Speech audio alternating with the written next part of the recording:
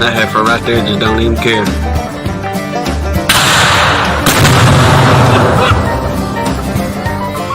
Take yourself out.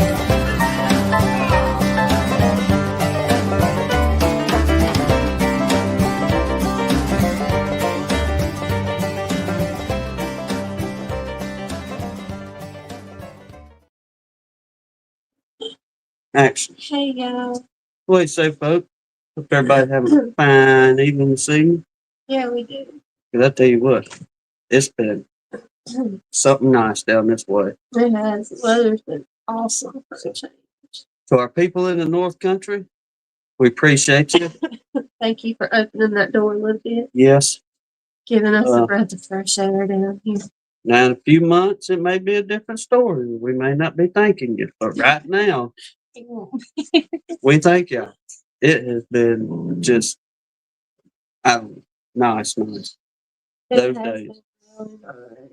But like I said, hope everybody's having a good Sunday evening. There is something blooming for our bees. I can tell you that. Yeah, she started just getting, that sniffly. Trying not to cough. We got some honey back here. You need a little bit. I already had some. I put a shot in my coffee too. Let's holler at some folks that fast. Everybody mows in on in. Figured I'd hit some of y'all with the Minnesota Mike said we'd be excited to share some snow with you. I would love for some snow. Well, look, y'all was generous enough last year? Water, Philip, really? He said kick the door down. It's 87 here right now. We had the windows and doors open since yesterday. Yes. It's like 68 here right now, 67. It's nice. Not to rub it in, but you should be getting some. Yeah, man, it's been nice. But let's see, Pastor Larry and them, they got first this evening. Jack and Danae, good to see y'all. Mr. Randy Tar Hill. Mr. Mike Conley, the man says he finally got a notification and he cannot believe it. He's probably still on the floor where he fell out. I got it, found it. Mr. Mike Tang, wife. Keith filming up there in that fine country. Mr. Clay Bunner, what did they say? They was up in, y'all in Maine? I hope it's just as nice up there right now as far as weather-wise. Just being comfortable, the whole shooting match. Who else we got here? James Noel, Mr. Russell Amon. Lord, both of us are going. What'd you bring in here? I didn't bring nothing in here. That angry bee brought it in. Gary Stewart, good to see you, Captain. Mr. Mark Miller, good to see you. If you're on the road with them 18 wheels, are you headed out? We appreciate you. Be careful out there. Bundy. Who else? I don't want to miss anybody here. Got here. Philip, good to see you, Captain. Let's see, some of y'all got some of the gifted memberships. I'll holler at y'all. Sharon got one. Joey G got one. Buttermilk Bees. Who else? Mr. Minnesota Mike up there. He just said you have it. I'm going to butcher that name, and I don't mean to. Indra G. DeVale? Maybe? All right. I'm not sure about the last name. He said I got the first name close, though. And Aquatic News Network. Congratulations, y'all. We'll try to give the other one out here and later on. I think it said we got one more we can give out. Mr. Dan Williams. I'm sorry. Gary said he's been sick this week. Oh, yeah. Mm-hmm. There must be a little bit of something going around. I mean, there's some stuff out there. The fall flowers are out and about. It's pretty. It's blooming. They're all blooming. Who else? I don't want to miss anybody here. Brian and Miss Kathy, good to see y'all. Mr. Russell Koopman, Miss Sharon, good to see y'all. Appreciate you. Mr. Roy. Mr. Roy. But yeah, I mean, the bees are doing well. Like I said, we still got bees out there. One of them chasing me around the laundry room earlier. Well, and two, I was going to try to, and we'll mention a little bit more of it again because we really want to try to help Elaine Oh, yeah. get his app out there. And right now, it's only for people that have got Android phones, or if it comes out, it'll only be available for Android for a minute. But if it takes off good enough, then he'll be able to get whatever the programming it is to go for iPhone. Yeah. The peaceful protesters. Yeah. Are actually being peaceful. But yeah, speak about that a little bit more here in just a short. I think you put a video up. Yeah, he's got a YouTube channel for it. What's he calling it? Apioli. Apioli. Apioli. I'm not sure. I don't know. I keep wanting to go to Avioli, but that's just not Abby. It's not Abioli. But yeah, hopefully that'll be out soon. Was gonna try to tinker with it today, but y'all know plans don't ever go accordingly. And this weekend has been a flip flop on, except for one end we did plan, but we did taking your daddy. That was an interesting trip. Took my father-in-law to see one of his good friends. He had fell off his house. We got him on the prayer list, and ended up putting him in pretty bad shape. But thank the Lord, the man's back home, and we went and sat on the front porch yesterday morning and chewed the fat for a while. I mean, him and Dad have been friends for what, 70 years? Yeah, they pretty well grew up together, literally.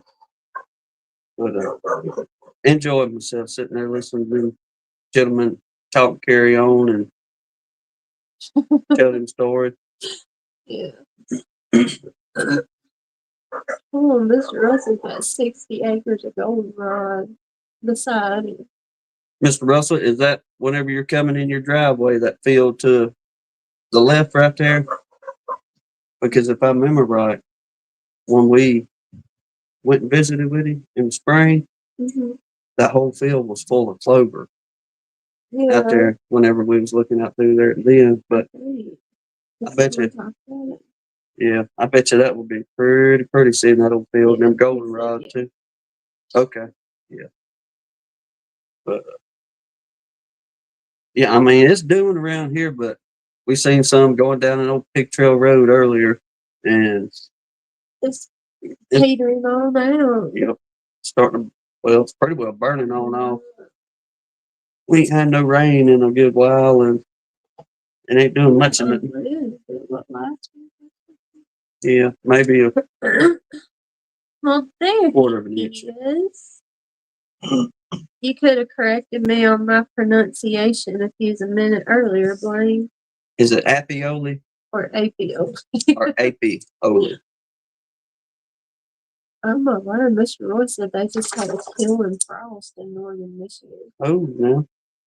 It ain't nowhere near that cool down here. No, sir. It's the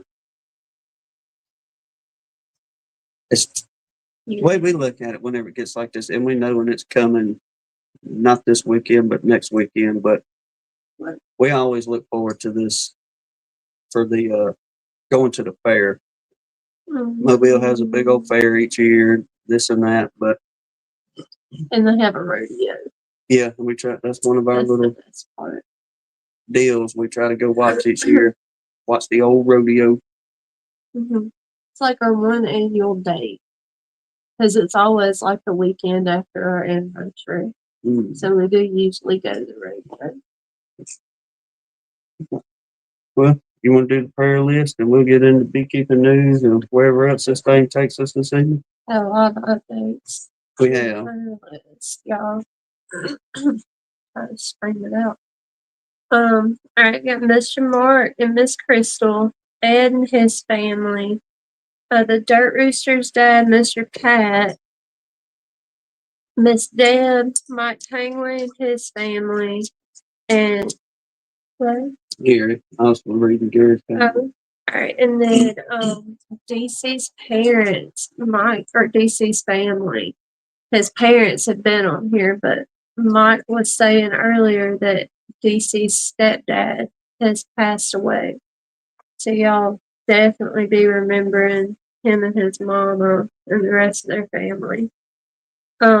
Rachel Wilson, her sister Amanda, their niece Riley, Philip's mama, his friends BJ and his wife, Bobby Spees and his family, the Gandy family, Hillbilly Earl, our favorite Miss Leona, Steve Amos's father-in-law, PJ Hanley, Catherine's son and his family, Sarah and her family, Mr. Randy's mother-in-law, Miss Janae Wood, Kenneth and Chris Wilkinson, and then Brian and Kathy, a little while back, had added Terry Bertolin. We've been praying for, but Kathy texted me and said that Terry has passed away. So y'all remember their family.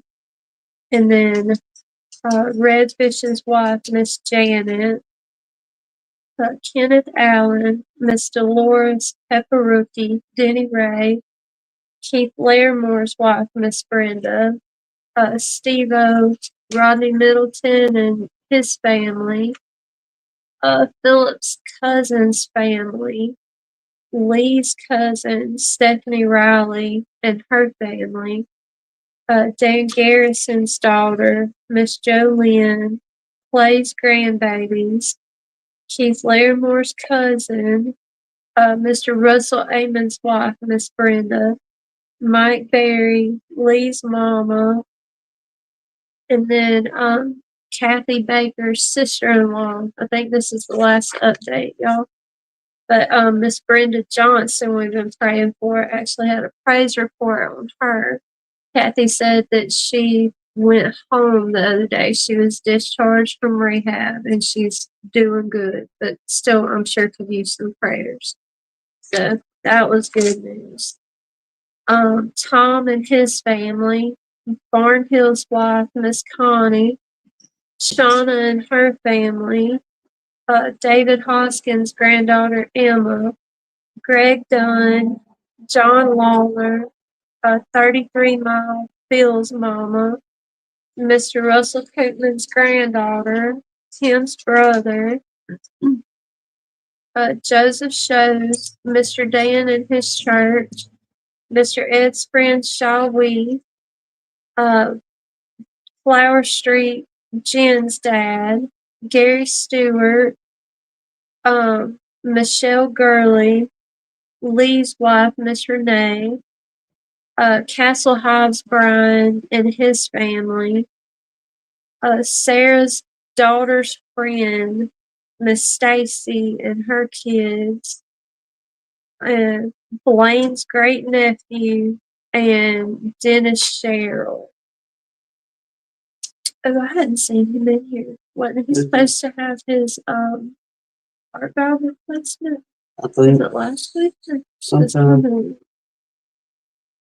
I can't remember. Don't get no telling tales, but I think it's within this week or next week, pretty soon. I know. It's coming up. Have that. Well, y'all pray with the media on there. It's good to hear the folks recovering as well. What about Miss Leona? How's Yes. she feeling? We hadn't heard about her this week. And there's a portion on ours. Y'all praying for my brother, with everything that went on with him.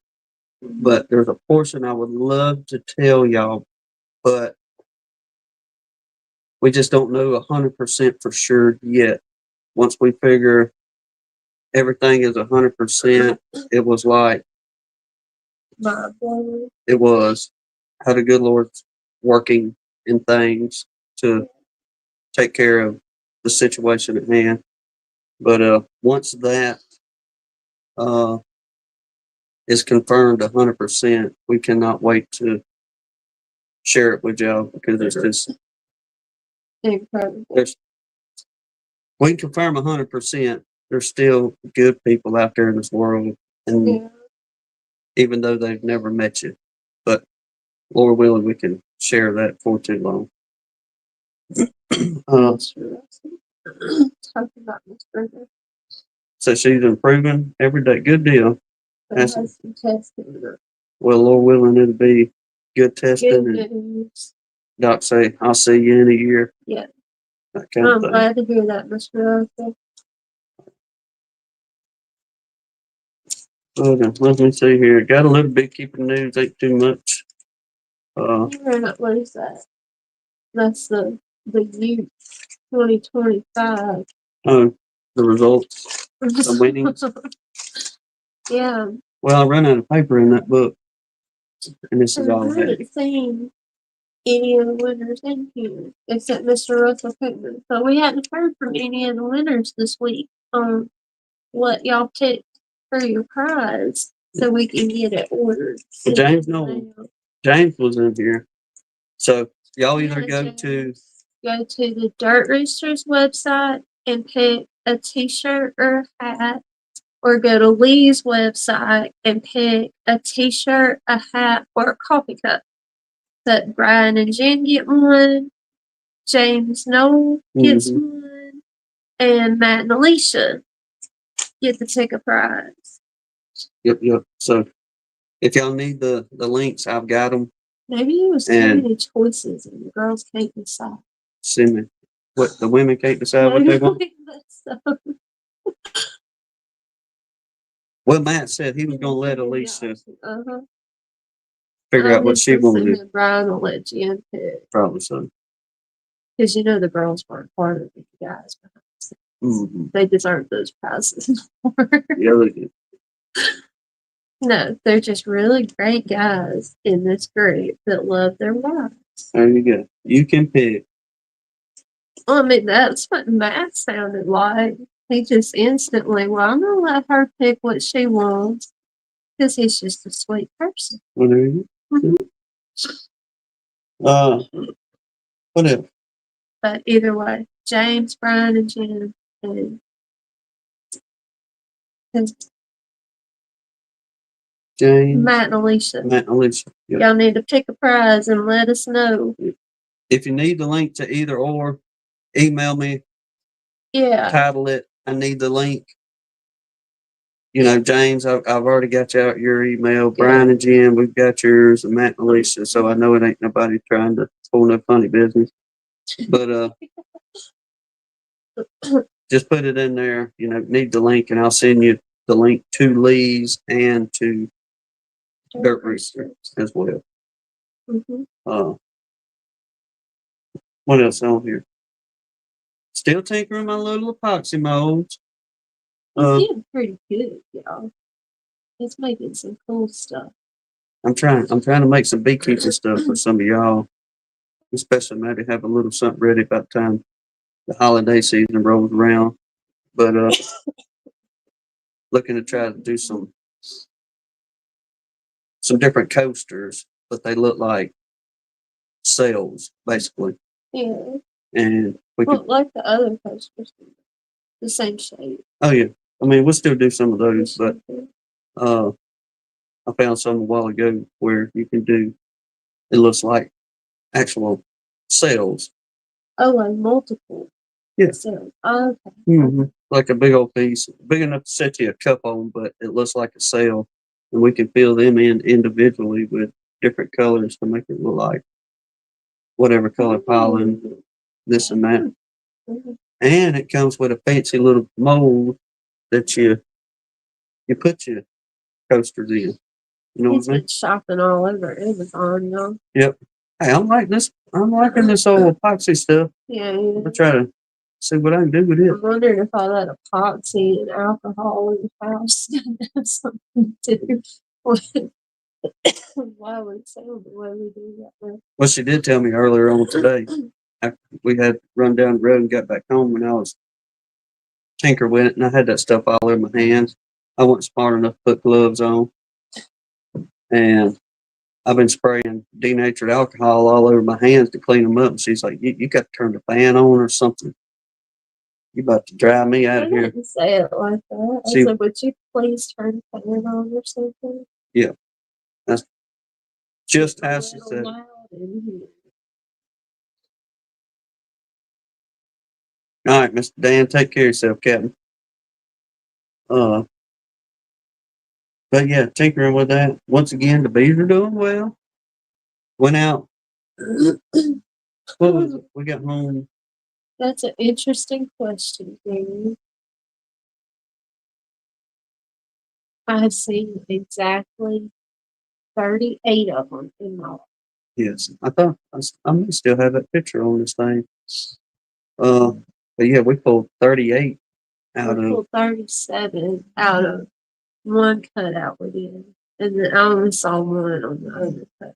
I didn't even attempt what we cut out the other day at that man's house. I didn't even attempt to start counting queens out of that. It was just, y'all ain't no longer with us. Here you go. Nature, take your course. He said I epoxied the first scorpion that stung my wife into a coaster. It's those special sentimental moments that need to be preserved. Indeed, my friend. That man is on the same level of thinking as me. Yes, sir. That is hilarious. Now, this didn't bite me, but I told her I've got a rattlesnake hide that I've had in the freezer for a year or two. 5 years, at least 4 years. I'm pretty sure 5 years. It ain't been too long. But Yeah. I told her because I got another one. Y'all can't see it, but it's hanging up on the wall up here, and it's about 5.5 feet. And I did that one when I was a teenager. And I told her, I said, you know how cool it would be to do that rattlesnake hide in that epoxy? So hopefully that'll be the next one. Big project. Mm-hmm. It's just a special sentimental moments. Holding things together. Oh no, JB. Not a free t-shirt. I wish we could do that for everybody.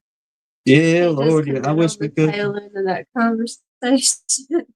I was telling all the winners from the youth this year, y'all need to go pick your prizes. Look, when we get big and famous, then we'll do a t-shirt giveaway all the time. It'd be like, who all raise your hand if you want a t-shirt?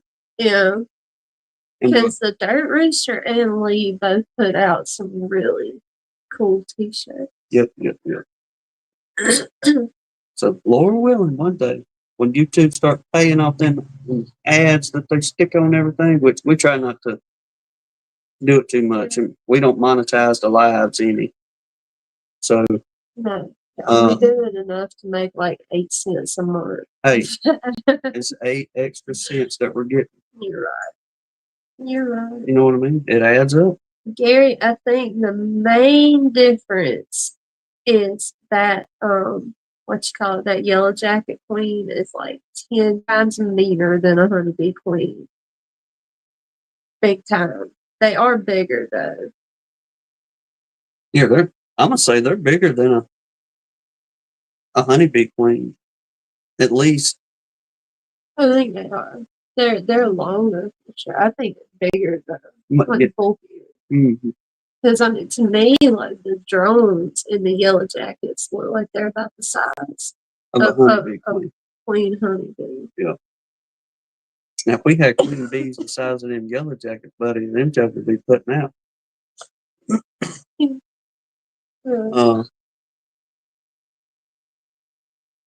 Let me get back to these comments. Yeah.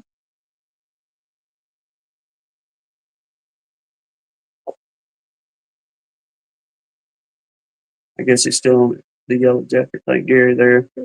No need to marker. Yeah, if y'all are full one, you'll definitely be able to tell. You go, oh, yep, that's queen right there. No problem. She was bigger than the end of my phone, for sure. Let me get my pictures in here real quick because while Blaine's in here and we talking to him and doing his. Oh, I thought you saw JB ask Philip about his mama. Oh, Philip about his mom? No, I didn't see that, but we can surely do that, really. He just put that in there. Well, we'll do that first then, since we just come off the prayer list. That's why we were late. We were trying to upload this picture real quick. Yeah, here we go. Let me get us out of the picture a second. Mr. Roy said, I don't want a gun line t-shirt. I want a cannon with your logo. Hey, hey. You're giving him ideas, Mr. Roy. There we go. There's Philip, his mama. Philip, I have to tell you who the women folk are there. Yeah. But it's good to see some smiling faces. Everybody looks like they having a good time together with one another.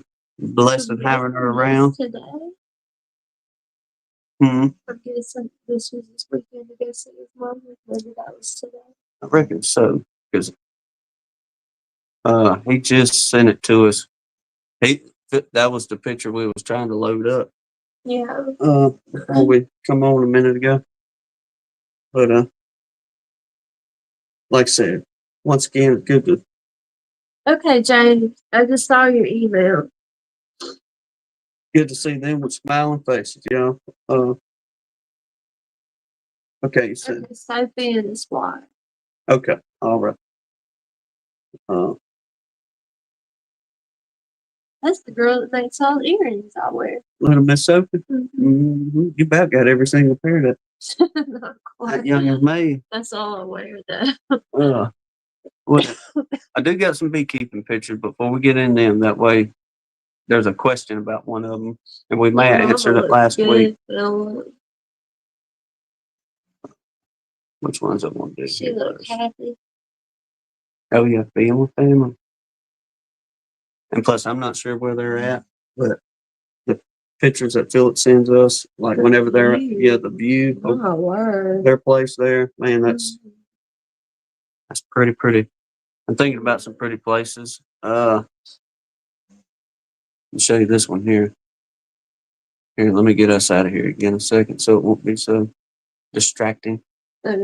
But some folks are going, well, that's a picture of a tent, Tim. And yes, you are correct. You are correct. But that's where Lee is going to be posted up at for a minute there. I think he's in Arkansas, I think. Yeah. But I don't know if y'all can see good enough on the deal here, but in the background, that high ground, he said, is where they're going to be climbing. And they called it Cliff Insanity or something like that. Yeah.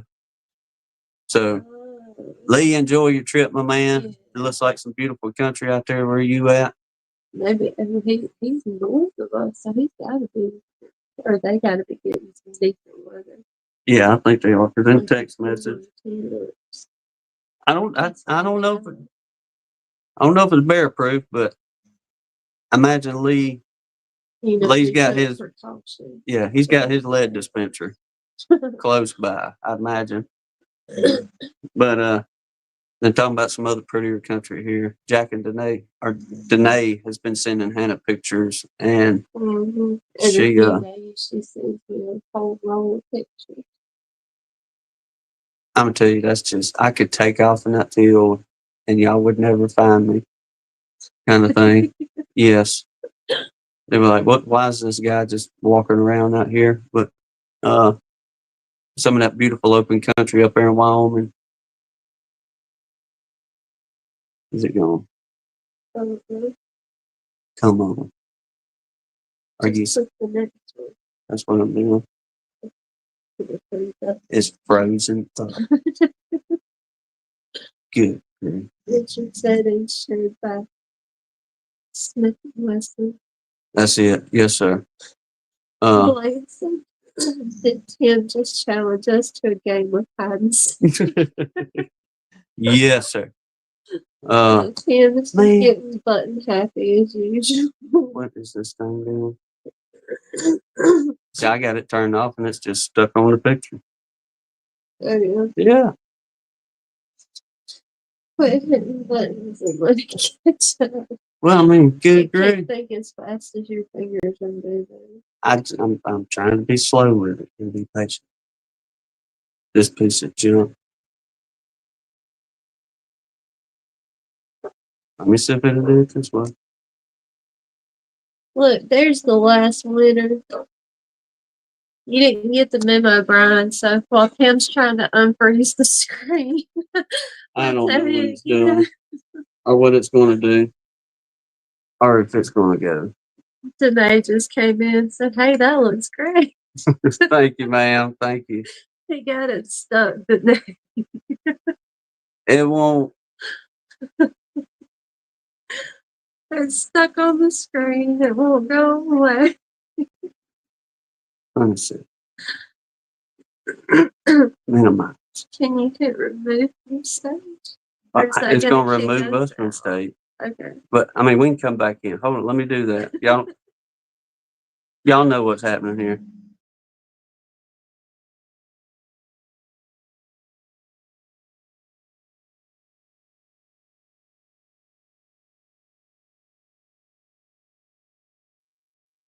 Let me just add us to the stage. No. No. Are you serious?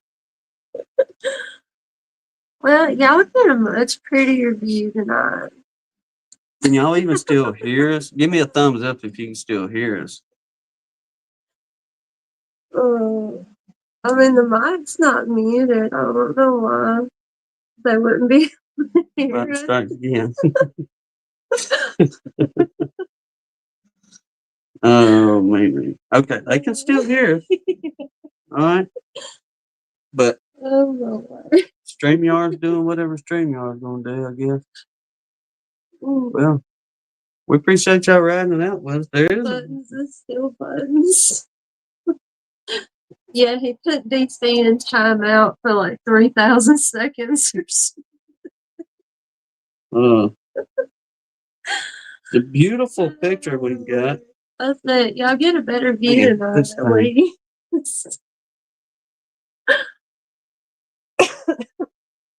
It's fine. It's a prettier picture. It's just going to drive me up the wall. And it's I imagine everybody else, they're probably happy to see that. Yeah, everybody thank you. Deep breath. Apparently 6 of them didn't like it because they just dumped out. Gone. They're just thinking, us and our shenanigans. See, Mr. Russell likes it. It is beautiful. It'll probably come on or go away when, the most inopportune time when you're picking your nose or something because the camera's off. Well, figure I had a minute. This is just. It's driving me crazy. But it won't even move the thing The leaves anymore. not even here. Brian and Kathy said at least it's nice to look at. Oh my word. Okay, look. Let me show you the other one then since we're back. You're gonna push buttons. Well, this one's pretty too. But there's another one. It is so pretty. Then they sent to us out there in beautiful Wyoming once again. Yeah. We didn't go anywhere, Blaine. The camera's just choosing not to put us on there. This thing's been a thorn in the side. You need to quit pushing buttons while you're ahead. All right, let me get back up. It won't let me go back. Just deep breath. You need a button. This is just. Well, I have stuff, but it won't. Oh, man. And it took my American flag off the back of it. That's what really burns my tail about it. But moving on, since we're back. So y'all can see that. You're right, it didn't take long at all to derail tonight. And I was actually going to try to have something. I don't know why. Line it out, make it look all professional and all this kind of good stuff. That's down the drain. So, anyway. So, we got through the molds. Bees are doing well at the house. We got the Blaine's out. Part of it. Let's see if it'll work now. Wait. Before you derail it even worse. What? Mr. Randy said, can you mention the dipping? Got you right here on Beekeeping You News. made the news, Mr. Randy. Yes, sir. Yes, sir. No, Richard, I don't think Dave will be in here tonight. I really I doubt he'll be on here. Still won't let me know. While you're there. Why don't you just stop? You got a picture of Mr. Randy's stuff? Well, I kind of had all that on here, but moving on from that. Oh no, wait. What? Miss Jana put an update on Miss Leona. Okay. They just text me. Okay, she went to the neurosurgeon. She does not need surgery. Thank you, Lord. Had another x-ray. Haven't heard from that. Take time to heal. See him again in 6 weeks. Still has to wear a brace. Most of the time she seems to be getting better. Chiropractor visits seem to be helping. And most of all, the prayers from everyone. She said, thank you all for praying and caring about her. Oh, yes, ma'am. Good deal. I'm sorry I missed that. Thank y'all for texting me, though. We love our Miss Leona. We do. That's why I always call her my favorite, Miss Leona. You're the man, Tim. The man that pushes buttons. I wish. All the buttons. I can't. It won't. Send out another complaint email. Oh, I will, because I just literally today just renewed this stuff. Enough of that. That's what you get for breaking your stuff. Now it's all blurred. Really? Yeah. On the phone, it looks all fuzzy. Well, we're supposed to be on here too. No, good. Thank you, StreamYard. That's why we don't have the viewership we do. Because of you. It's not StreamYard. because of anything. We No. I need more coffee for this. I'll see y'all in court. StreamYard. And go get your coffee while I have my fit. Let me get down the list. Now watch, they'll give you a start working here in a minute. Pick a prize. Don't take out without your machine. I'm so tired of being on this. All right, beekeeping news. Let me finish it up.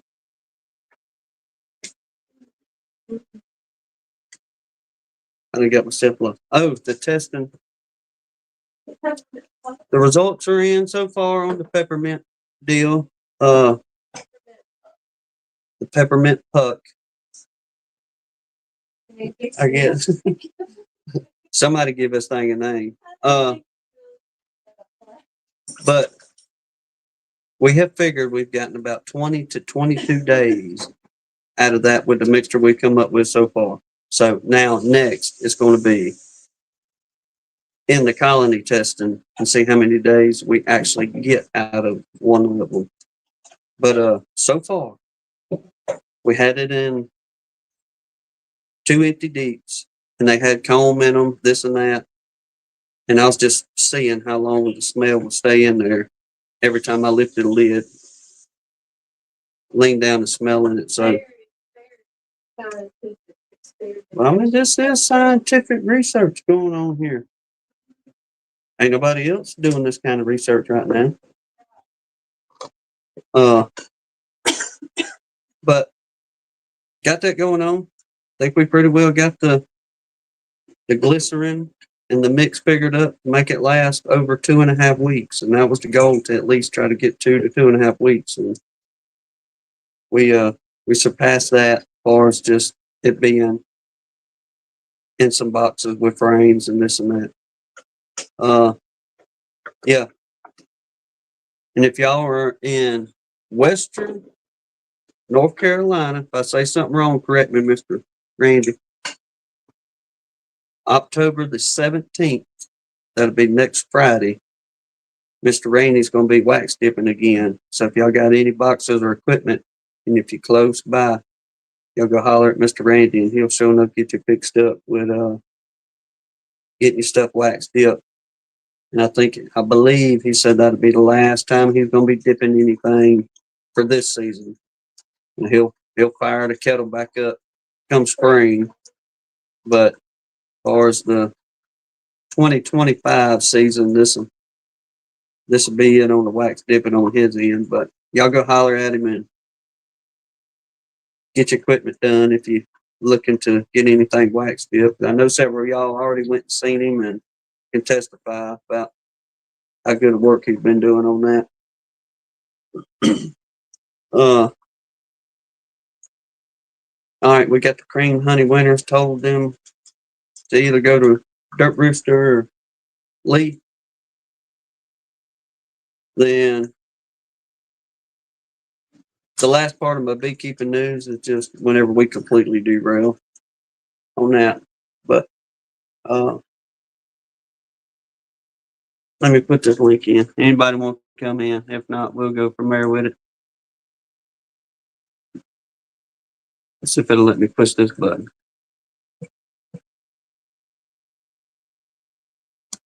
Okay, bingo. Let me do that. Let's see if it'll let me get back to these pictures here. No.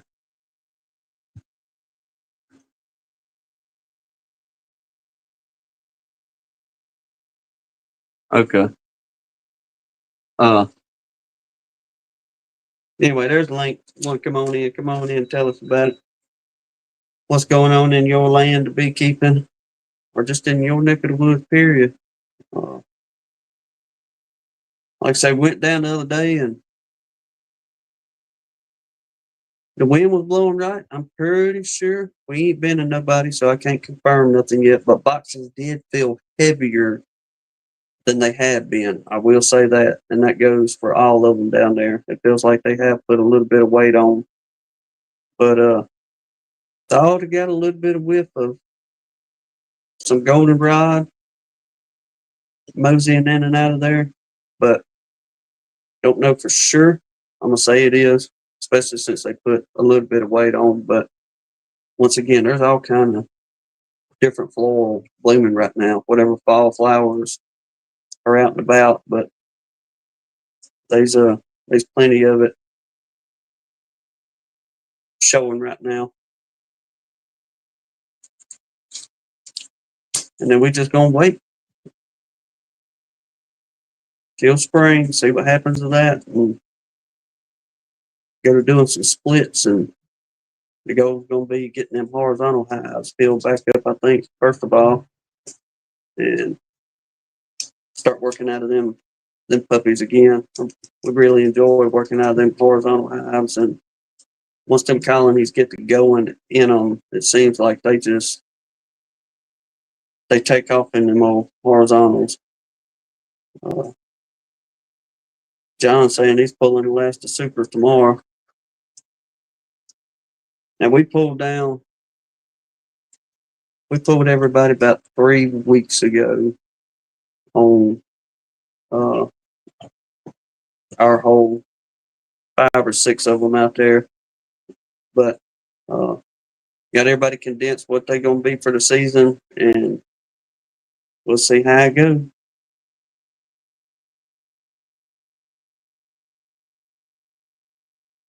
What'd you say, DC? No worries, man. John said my horizontal is my resource colony that I use in the main yard. Man, they definitely are.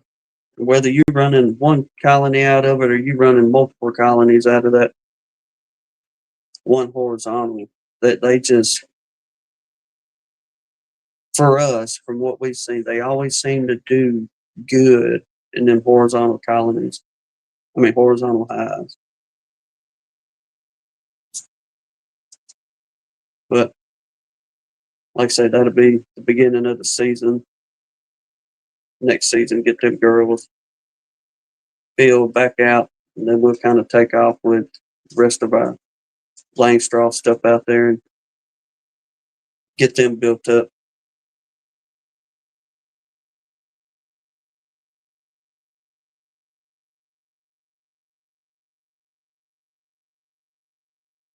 You're welcome, DC. That's what we all here for, brother, to encourage each other and help each other along as well.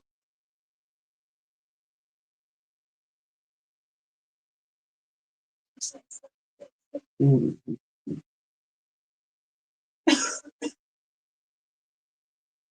good deal, man. Glad to hear she's doing well considering.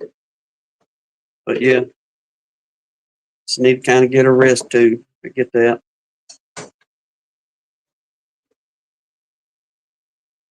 Collector Rick, go holler at Lee's website or go get with Lee on his website over there, and he's got a shirt just for that. Says smoke them if you got them.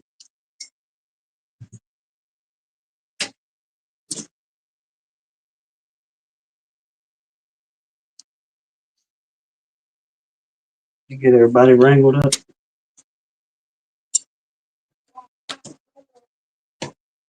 Pollen and rotate both at the bottom of the steps in the dark white. Okay. Critters escaping since we got everything open around here. I tell you, it's just fine. Once again. But what's going on with everybody? Yeah, we ain't got nothing to talk about. Well, y'all tell us about it. It's supposed to derail. Oh, well, we're getting close to derailing. I mean, that already happened the first few minutes in. Let me try. And I'm gonna be doing this the whole time, probably. See if I can get this to work. And it ain't gonna do it. It's driving me up the wall. Everybody pretty well fed up. Getting everybody fed. So John, he's pulling supers.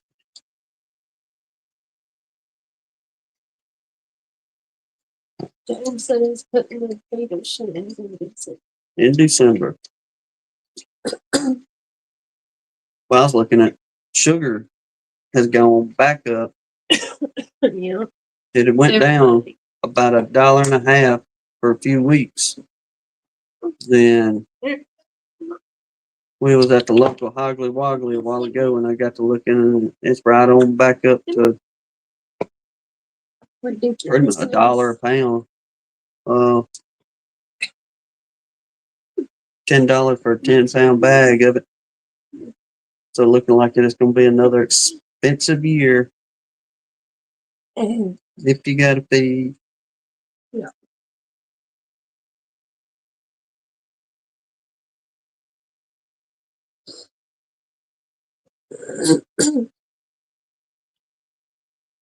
John said pulling supers tomorrow, and the colonies are all heavy and double deeps. Got 200 pounds of sugar and 100 gallons of pre-sweet, pro-sweet, and a tote in the shop. I mean, ready to roll. Boom, get ahead of it, just in case. Well, Lord willing, they'll hold that weight good, and everybody get on through. Oh man, Barnhill said he went into his storage Friday, and there was little white bugs flying all around that destroyed his storage frame. I'm sorry, Joker's at it already. Yeah. DC said he's got 40 pounds of honeybee feed ready. Gotta find where's John Muller? Well, we can Winter's gonna be a roller coaster. What state are you in, John? Our winters are usually a roller coaster, but not for the degree some conditions. No, Lord, no. Our biggest deal is just it'll get hot, then all of a sudden it'll flip. Yeah, like it can be not go down to like 72 degrees one morning when you wake up, and by that night it can be 28 degrees kind of thing. That's what gets us. But I'll tell you what, if we get on that in DC, I haven't forgot about the Bubba. I got it right back there. I was going to try to grab it, but pretty well got you one all ready, made, and to go. But we're going to try out the old, what they're calling the quilt boxes now, but finally figured out reading in the beef journal, the bee journal, when them old timers was talking about the chaff hives. That's what they was talking about, quilt boxes. Did you find goldenrod pollen in it, DC?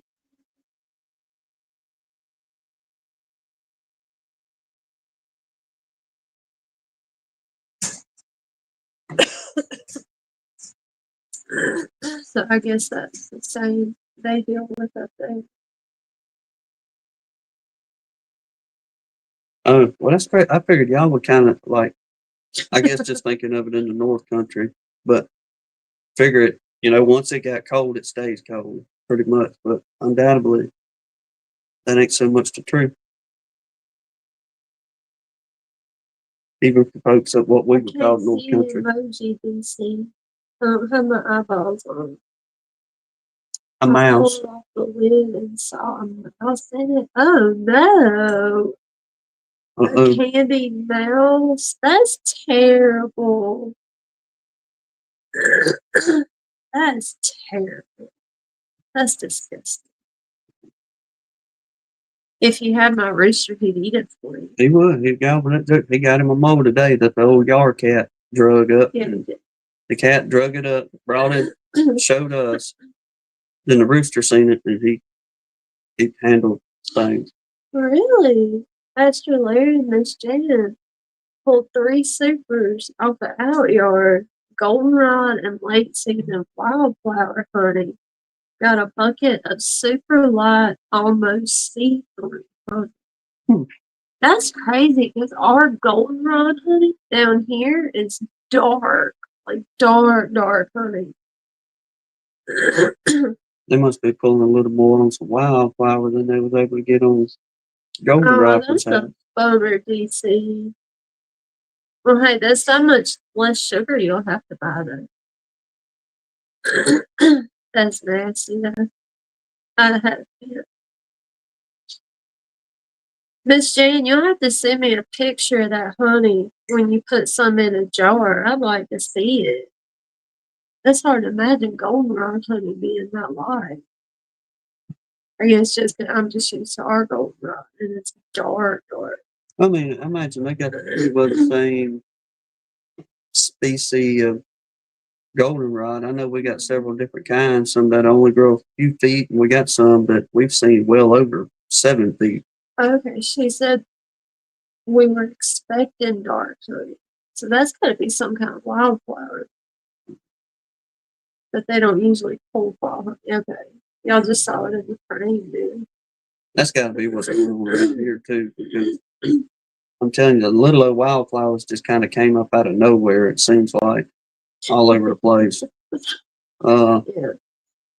And that goldenrod is pretty well, like say, burn off, nothing. It's all starting to turn brown, pretty much. Y'all know how it goes. Sticky quicksand. John's saying we're starting to see spotted lanternfly in some areas. Greg Burns has some around his place, about 35 minutes away. I wish we got those down here because Mr. Dan's spotted lanternfly honey was incredible. It's pretty good, but they are invasive species and they get into their trees and go to taking out our tree population even more down here, buddy. Oh, really? Showing up being about, unless they took care of water oats, I would say bring them on. Well, Rodney had a whole weekend with no cutout. That's got to be like the first time since Let me write that winter got over with. I bet you are saying yay, Rodney. Well, I wonder why I ain't seen no pictures from you this weekend, Annie. The last little while, Rodney, shoot me a couple pictures. Hey, I'm working on this. Have a couple pictures, whatever he's working on, and it'd be a cutout. Then he'd go back to working on whatever he's got at the house there. Then next day, same thing. Go do another cutout. Really? And see, I love goldenrod. That's probably my favorite honey, but I really like at least Mr. Dan. Now he's from Pennsylvania, like up close to Gettysburg. So I don't know if it would taste different there versus where you are. But his was good. His was really good. I'm with you, Rick. Oh no, Gary, that's Okie. That's our little flying squirrel. You can see her. She's doing her flips in her aquarium. You can barely see her jumping. Oh, yeah, there she is. Yeah. It looks like a bird popping his head. Yeah, no, she's wanting her piece of apple. Yeah, she's getting hungry. But, maybe my logo should be a honeybee riding a mouse.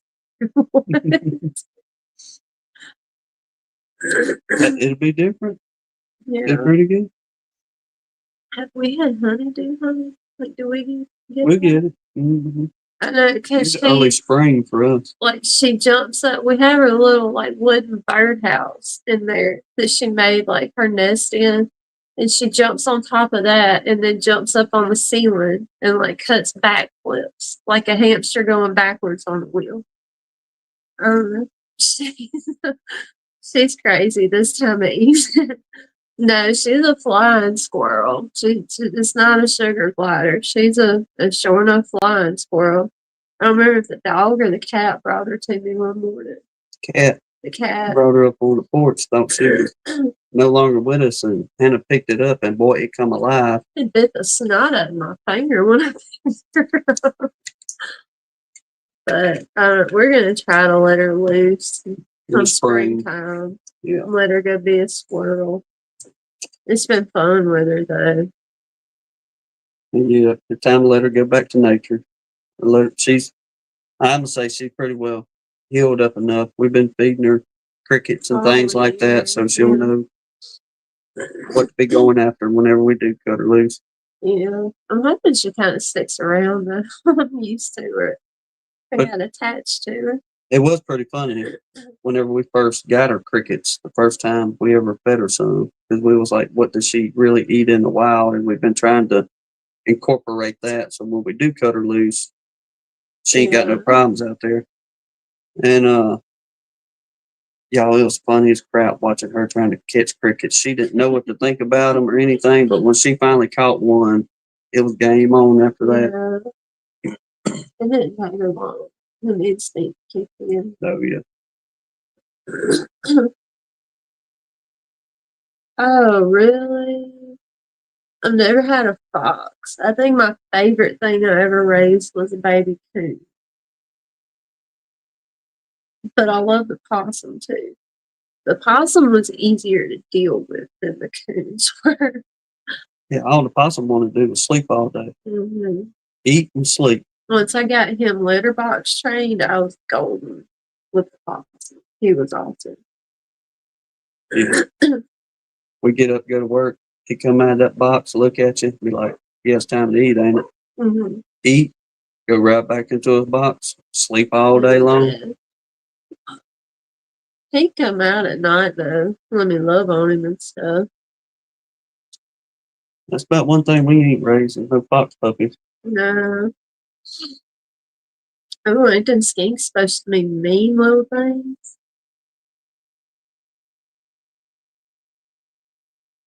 That's cool, James. Yeah. Found a local beef club you are.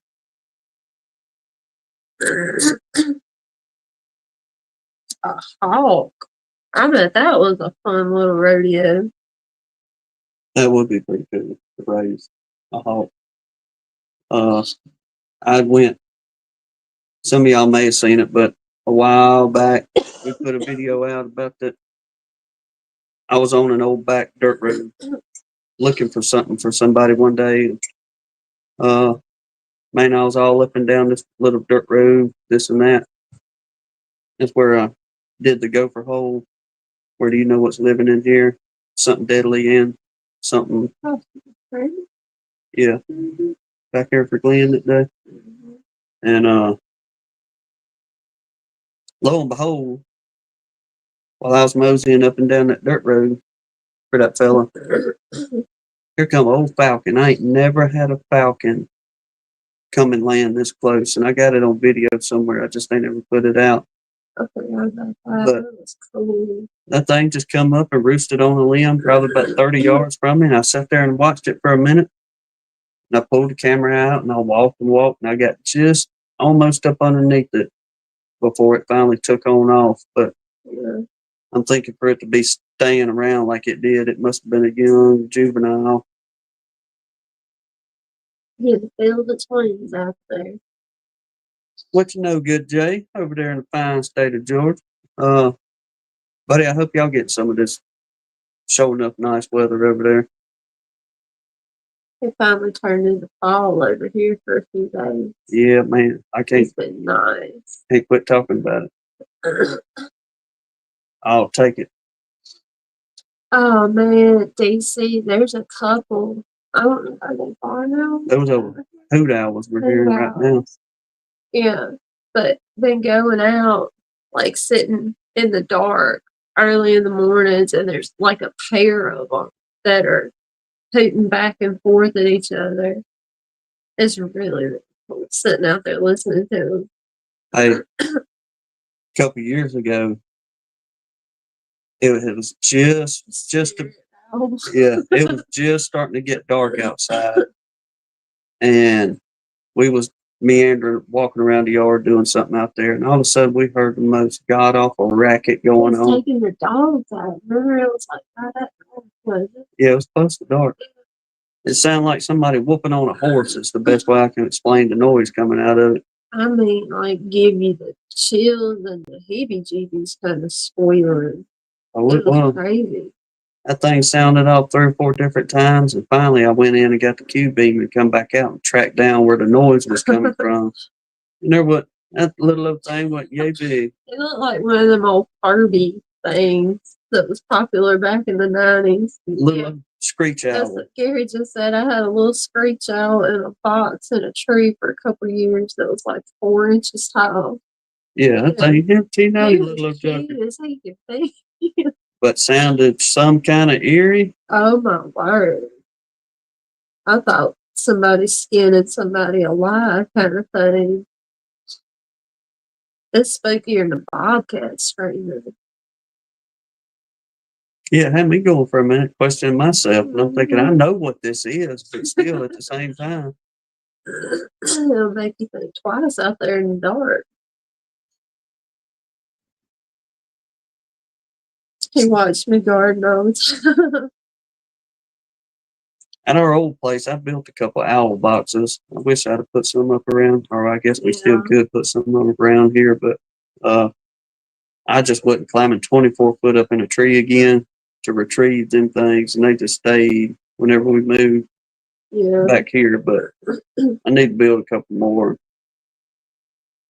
Do that.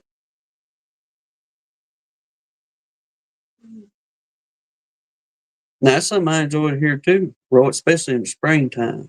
Yeah. When all them old tree frogs go sounding off and carrying on at nighttime, back and forth.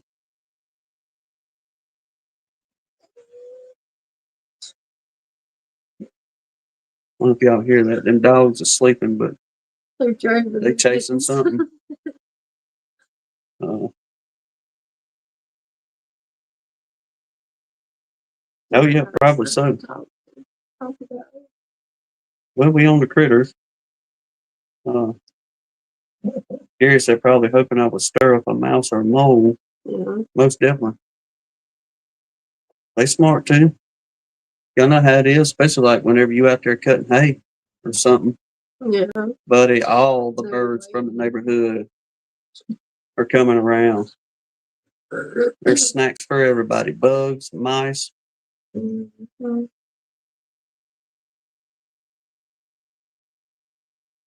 What say there, Mr. Keith?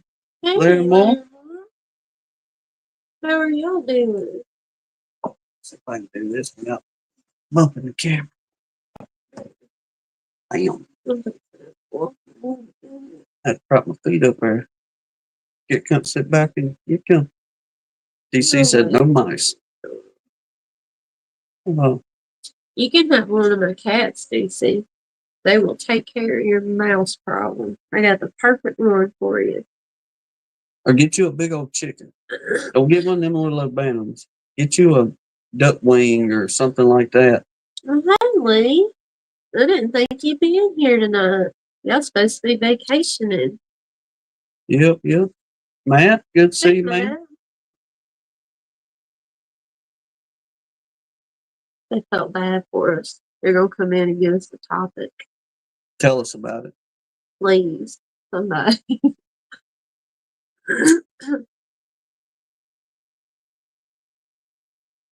There you go, Gary. Yep. Bring it on back around. Gary says, speaking of it, is it a good time to install mouse guards now the weather is changing? I reckon for people that have a problem with them. Yeah. We Pretty never well. really thought about putting mouse guards, but No, because we got enough critters around here that yeah, if it moves, we don't have a mouse problem. no. Between the chickens and the cat,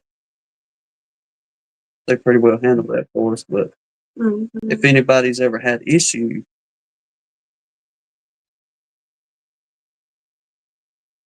they were looking for a warm spot. He said last year a mouse was sticking halfway out of the hive. This year it was in my extra honey. That's just enough to fire you up, make you want to unalive him all over again. Revive him so you can unalive him. What were you thinking? It wasn't. That's the problem with most males. Yeah, wasn't the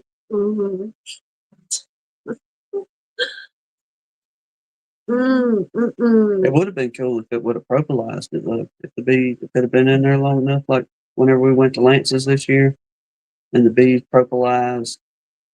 Whatever that was. I don't remember what that was. What's the word? The hornet or something? Was it a hornet? Yeah, but the cicada killer.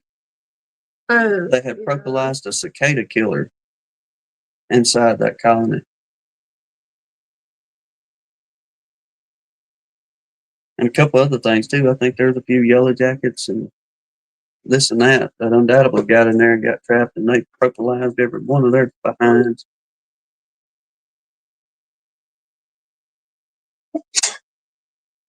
Miss Kimberly, good to see you, ma'am. Hope you're doing well. Thinking of the women, folks, haven't seen Miss Deb in the last couple. Hope she's doing all right.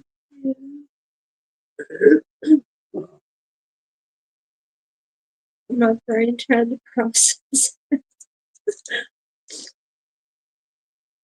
All right, well, since we're on animals, and I was talking about derailing, this is for you country folks. See if y'all paid attention, or is it just something that going on around here?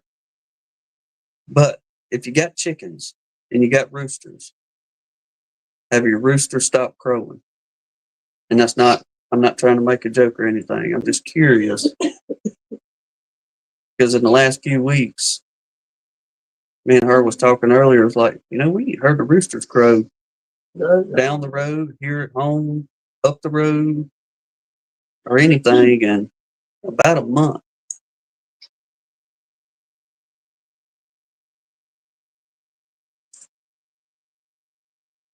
I don't know if it's just something up with it or what the deal is. Ain't no good. No.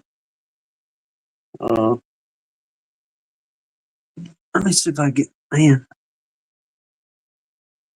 Because I had a little piece of topic on. I'm going to be careful pushing buttons, y'all. Especially since she's gone. I don't know why it's just stuck. But I had a picture. Mr. Mark Miller sent us a photo last weekend. All right, Mr. Roy says his rooster's still crowing. I don't know what the deal is. All of them have just kind of went quiet around here. But Mr. Mark Miller was having issue with whenever he was bottling his honey, and he was putting it in the little 1 pound containers, but foam being at the top of it. And he was trying to see if anybody knew of a good remedy to get rid of that foam, whether it was to warm it up pre-bottling, or I think he said he had taken and put a towel over it and put it in a warmer to see if that would help some. But he had about 20 or 25 bottles that he had already poured. And, but they were still holding a whole bunch of foam at the top of them. See if anybody had a good remedy for that.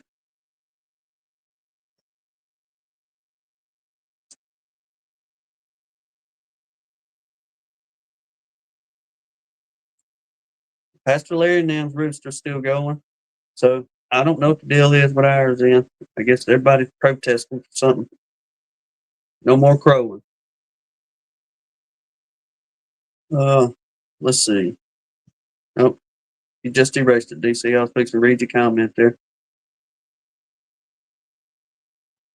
All right, Gary said let it settle a day, then place a clean paper towel on top of it, press down by touching the honey. When you pull it off, the bubbles will come out with it. All right. Some of the foam can be from hydrogen peroxide if the honey is high in it. I got you. Really wishing it would show the daggone picture, or I could get the picture to come up.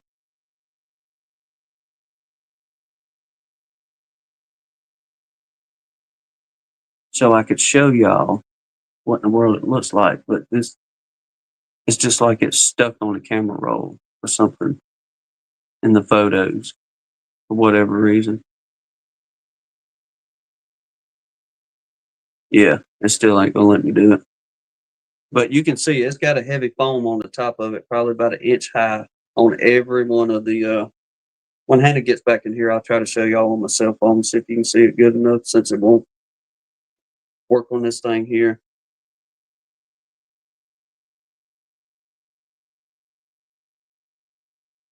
All right, Russell Amos said I had to put it back in a bucket with a fan blowing in a warmer.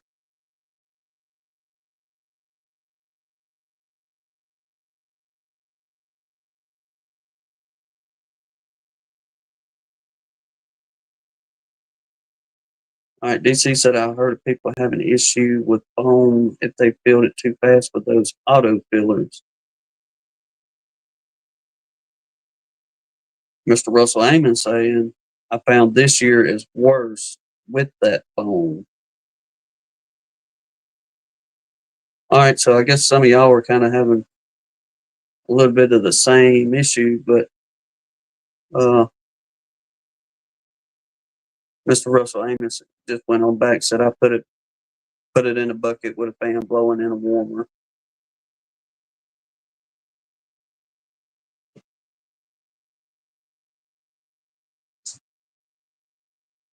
All right, I'm not sure how his Mr. Mark's bottling is, if he's running it through a pump or anything like that. But if he's listening or watching later on, headed down the highway, maybe just to help him out or anybody else that's got pretty well the same issue going on. The Mr. Mark's picture of the honey, he's got everything jarred up right there in that one picture with the foam settling on top. Yeah, it's in text messaging.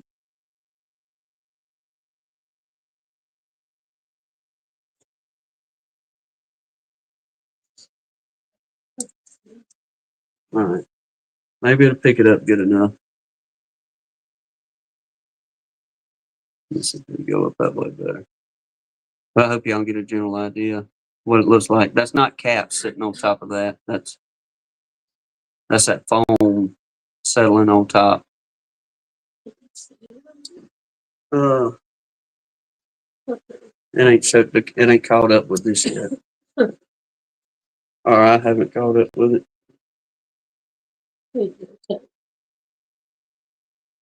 There we go. You can kind of see it. Problem when we poured honey through a stream that we had described with a people. All right.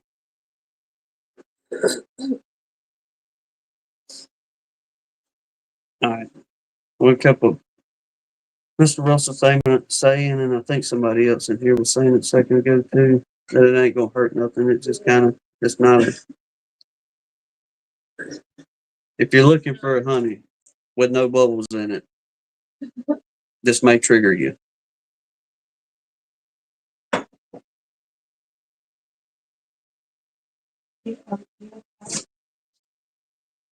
Yeah, DC. He had quite a bit of it out, and he had another 5-gallon bucket that he was warming, and he had done put a clean towel over it to, I guess, try to remedy some of it. But I'm not sure how it turned out after he had warmed it up. But I don't know, for the ones that for anybody else out there having an issue with it, then you kind of got an idea now to remedy some of it. Taking warm it up a little bit, put you a good clean towel over top of it. I think somebody said they had a fan going as well. Uh, yeah, Mr. Russell said he's got a fan blowing in the warmer.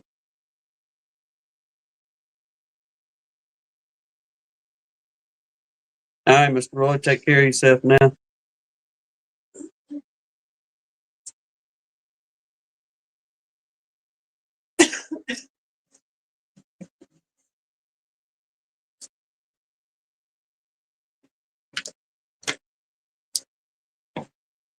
Let's see. I'm not sure, DC. I know somebody was saying a second ago use a paper towel, but I imagine the saran wrap or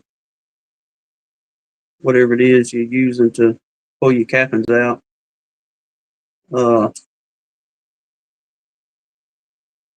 May work the same.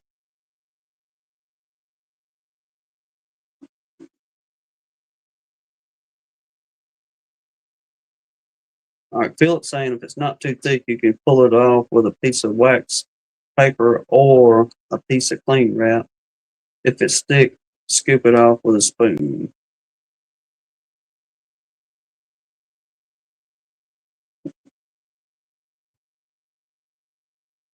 Okay, wax paper, saran wrap, paper towel, it all works.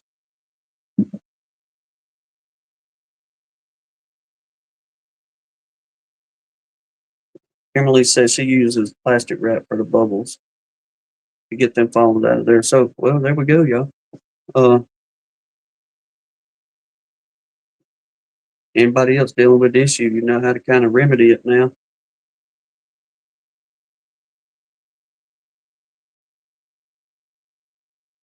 DC, you right about that because what you sent for the ute that was already crystallized,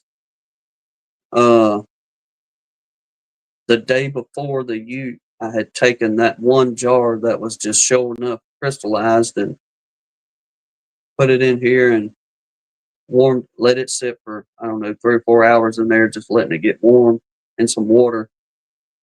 And everything finally kind of got back where it should be. Then it wasn't too much longer, within a night or two after the ute, it was already trying to turn back again. So they bringing in the show enough nectar up your way.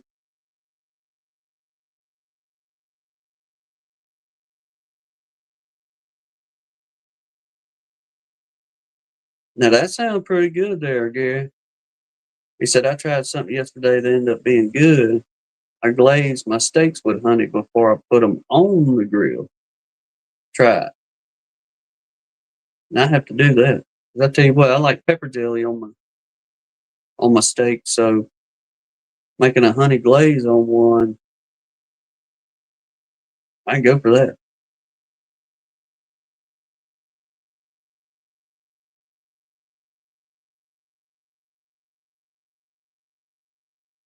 Like Philip's saying, the biggest issue with that being that in many jars is that they were filled before the bubbles were all to rise to the top of the bottling tank. So you still got that, all your air bubbles still all throughout your honey instead of being able to rise.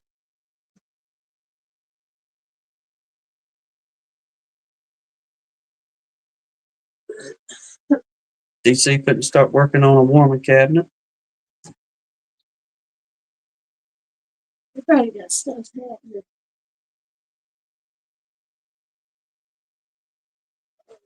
Well, Gary, next time, like I say, next time we go steak shopping, she ain't bouncing around. I gave her Yeah. I'm gonna try that for sure. honey on the steak. Yeah, but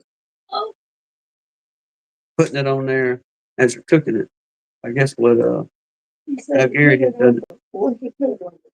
Yeah, because usually I won't put nothing on my steak until just about I go to take it off. Then I'll load it up with my seasoning. Then when it comes off, whether it's the grill or 99% of the time, we just do it in the cast iron skillet. But immediately comes out of that pan right onto a plate. I'm loading that dude up with pepper jelly, or she is, whichever one of the two.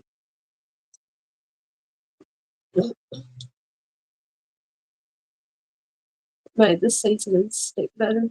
I bet it did. Mm-hmm.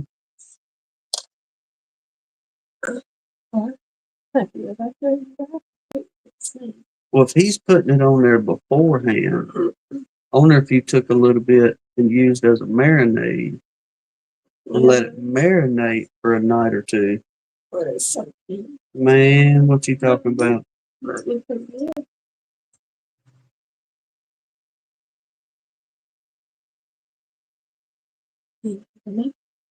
I'll go for it. We can. You want to do that Tuesday?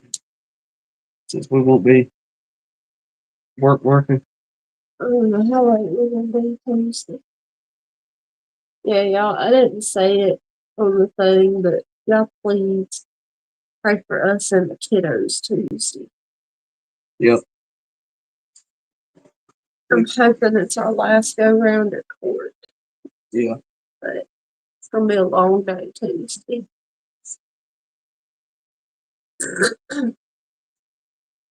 Hey, now Gary, we do when we cook a ham, like for Christmas usually, we make a glaze out of honey and brown sugar, and oh my word, it's good. It's really, really good.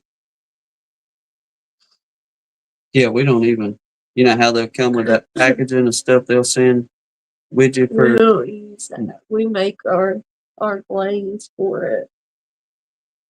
But you should try that. The dark brown sugar's better because it has more molasses in it.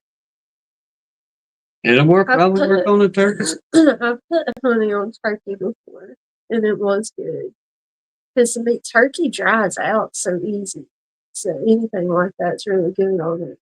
Hey, one of the best turkeys I had ever cooked. I had just went for it and seen somebody or heard somebody talk about wrapping that turkey in bacon. It turned out pretty good too. Yes, it did.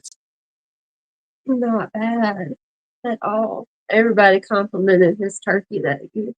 I was like a strutting turkey. Yeah. But it'll get paid. Thanksgiving's coming up, Christmas is coming up. Surprise to folks. So we got turkey, but it's a little bit different this year. Blaine said you can't go wrong with bacon.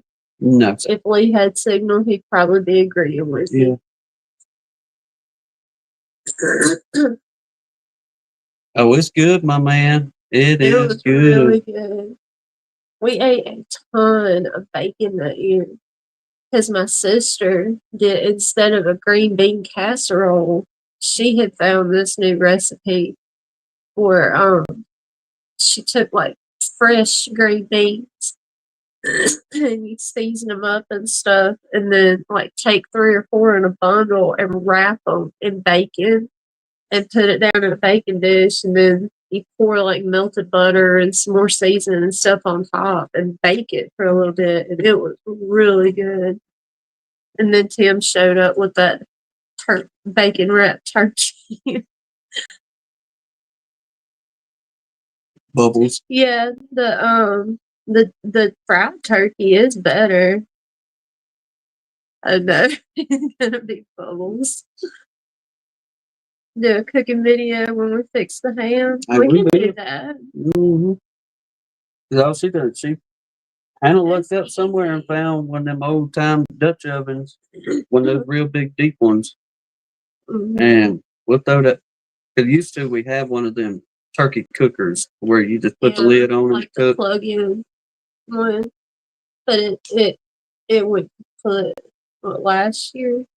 I think Come so. on. Yeah.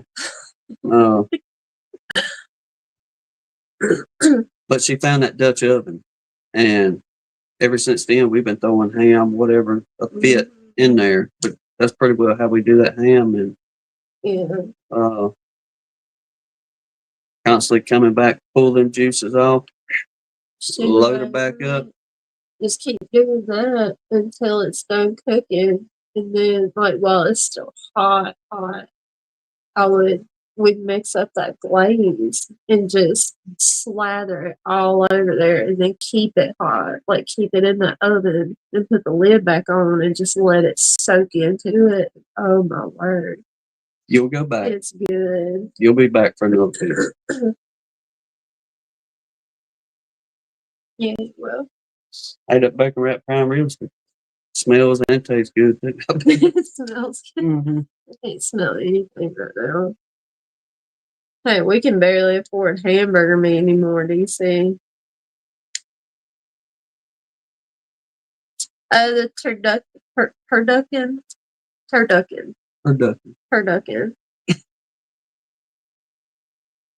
Yeah. And then she put an apple in the pig's mouth. Smoked turkey is good if you can find somebody to cook that baby just right. John did it pretty good. Mm-hmm. But there's been some people, and everybody knows one of them. Well, I can cook a turkey, this and that. And it's like, it's one of the bless your heart. You tried, didn't you? this thing is dry as all get out. But yeah, you get somebody that knows how to cook one and keep that baby loaded up. Good old smoked turkey, fried turkey. Fried turkey is pretty good. Or just do if it you can old time afford the way. peanut oil to fry it in. There we go. Blaine says always do the smoked turkey breast in the smoker, and then we fry the turkey. Yeah.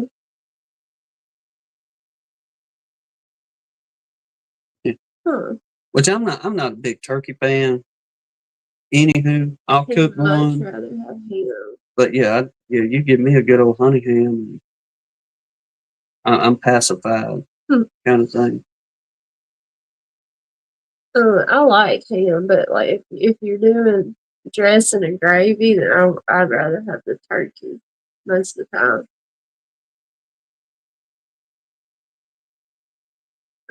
Oh, it'll do it. I'll probably drive that old dead turkey up the wall, because it's like every 10, 15 minutes I'm pulling juices out of the bottom of it. And shooting it in the turkey. Yep. Shooting it again, come back another 15, 20 minutes later, hit it again, and it's be an all day event till that thing's done. DC said I always enjoyed eating the turkey. They were mean back. Yeah. DC got his revenge at Thanksgiving.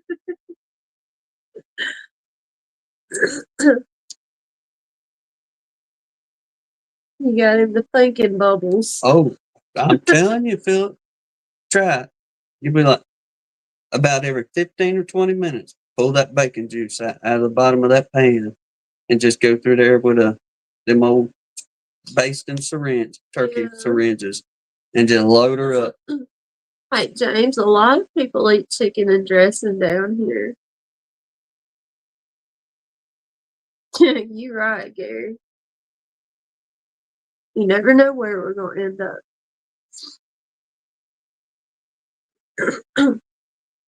Now, I've cooked chicken umpteen dozen times and marinated different things with Italian dressing. I used to do that quite a bit, marinate with some Italian dressing. And I don't even like it, but Italian dressing, like salad dressing. When we used to, there was something we did that we bought that Italian dressing for all the time. we was doing them deer hams with, because old Joe Mac used to cook that way. Oh man, Kimberly, we always do a big pot of lima beans with the ham bone and Mexican cornbread. Oh my word! I guess it's Mexican. I don't know. It's not really like full fledged Mexican. It's just I put pepper relish in it, like the homemade pepper relish. I hadn't had navy beans in a long time. But we do. We always make a big old pot of lima beans with that ham bone. Yeah, man. Eat me a bowl of beans with my cornbread, and then I'll go back, get me some cornbread, then the pot liquor out of it, Mhm. and just load up with pot liquor for dessert with my cornbread, and I'm set. Oh,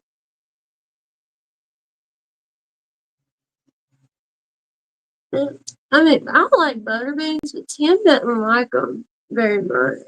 Now, it was We tough enough. usually do the baby lima. Yeah, I'll do the baby limas and some big limas.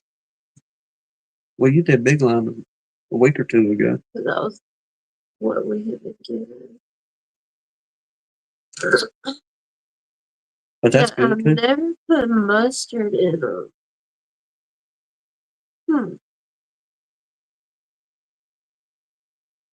Yeah, I haven't tried that one. Uh-huh. That's a new one. Chalky. Cook them down. Cook them bad boys Somebody down. cook them right for you, they say.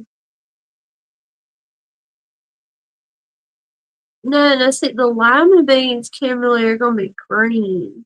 You probably did, you like Philip said, you probably have either the Great Northern or the navy beans. I think those are the only white ones, aren't What? Well, I mean, they? you White beans. Lima beans are green. Butter beans are kind of white, but they're big. well, them big limas are white. Aren't they? Yeah, The you got babies are green. you got the little green babies, but them big limas you cook are white. Mm-hmm. Yeah, that's what we do, Gary. Like you soak them the night before and then let them slow cook most of the day. Okay, she's talking about the Great Northern.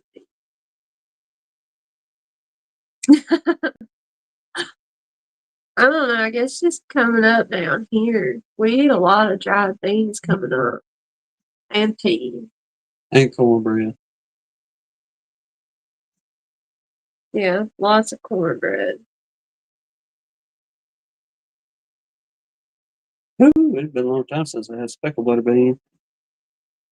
That's been some Miss Martha days. That's some old school butter beans.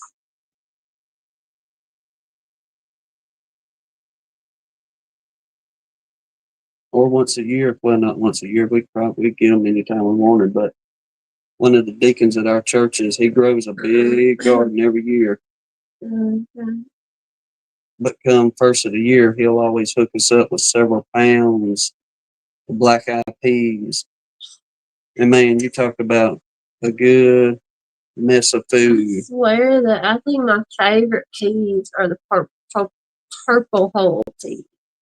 Pink I eye purple. love them things with okra in them. Oh my word. And either throw a spoonful of bacon grease or a couple pieces of bacon in there.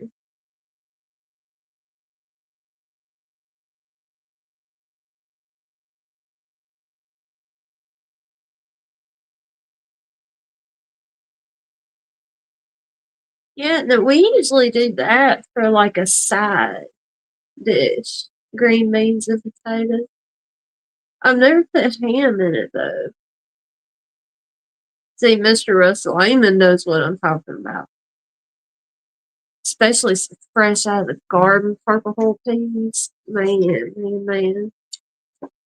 It's like when we get fresh okra, I save the pieces that are like that long and about as big around as your thumb or something. And I throw them in the peas, like to cook and get that flavor in there. That's that one right there, Gary. And the bacon grease. Yeah. I had this little bitty, like a cream pitcher that goes with a little tea set that my grandma gave me. I don't know how many years ago that I keep bacon grease in.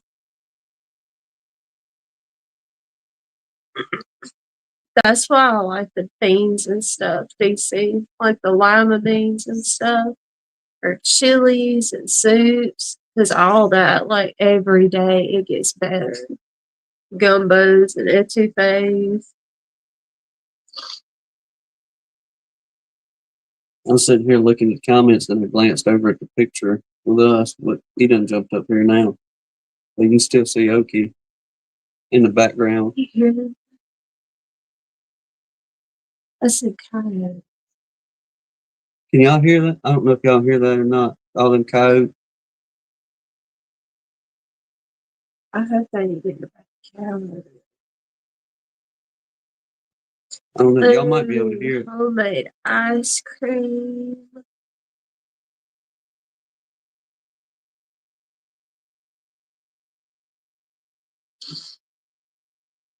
I'm surprised y'all wasn't able to hear them things. DC, if we ever get together, I'm gonna have to make you a homemade gumbo. Oh, we can do that. Ask Miss Sharon about them. Miss Sharon Koopman. She's a believer in gumbo now. I don't know if that's carrying on like that over a possum. That was a funny one. Every once in a while, they'll get over them cow fields and harass them cows, Yeah. especially them calves. That's it, Mr. Russell. You'll never get tired of gumbo. Oh, Lord. Yeah. That's one of them things. You let it sit for a day or so. And, Yeah. My grandma always made gumbo at least a day ahead of time. She always made it for Thanksgiving Day and Christmas Day. But she always made it the day ahead of time because it's so much better.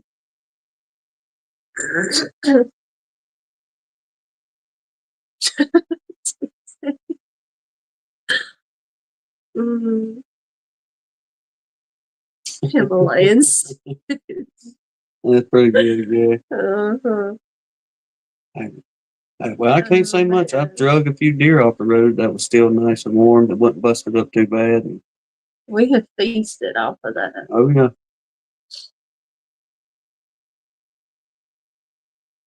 That's an easy meal. I was craving some homemade ice cream the other day. My sister was talking about she was cleaning out her pantry thing and found the ice cream maker. I was like, man, if I could get my hands on some fresh peaches right now, I would so make some peach ice cream and a big old pound cake. That'd be really good. There's a little old mom and pop place right across the state line of Mississippi over yonder way that they make ice cream and butter and from their own dairy cows. Yeah, right there in their yard. If you pull up to the place, you would think they don't sell anything here because all you do is pull up and you see a 2-story house. But then once you go past the house and down the hill, you go, they've got an operation going on down here. Yeah. But man, you talk about some of the best ice cream, milk, the whole everything. Oh yeah, they do butter and cream. And they butcher the cows and sell the meat. And they got chicken eggs and quail eggs. It's good. I love it.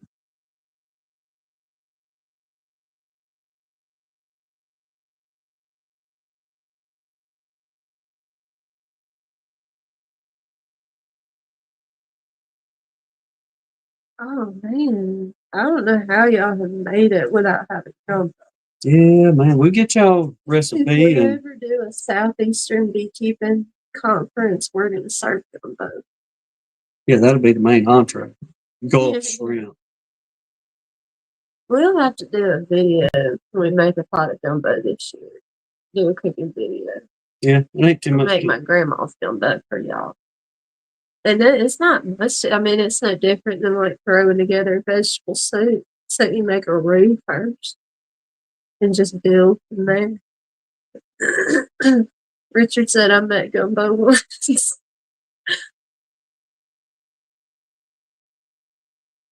Backyard stew. Gary said, I Oh, want crab. crab boil. We can do that too. There's plenty of them out there in that bay. Now, I've had the gator balls, DC, and they were good. I will say that. Yeah, gator meat pretty good. Especially get a good fried up batch and Yeah. We could do a crab boil or a crawfish boil. Well, you can do a gumbo, then you can, for a snack, you can do the crawfish, whatever. We didn't even come up with a name with it, but the dip. With the stuff we made for Lee. Yeah. Mm-hmm. I don't remember what we were calling the concoction or something. Something along those lines. Mm-hmm. I think we're boring people. We're losing our viewers. Well, most of them headed out when I was pushing buttons, and StreamYard went afoul. Mm-hmm. I'll be calling Annie tomorrow. Yeah. Ain't You that remember the her name? what? I don't remember her name. Like Cindy always making me hungry. We didn't eat big today either. We just did pancakes and sausage for supper. That was. We had breakfast for supper, which was pretty good. I did do real pancakes though. I didn't do biscuit. No. Made it kind of real.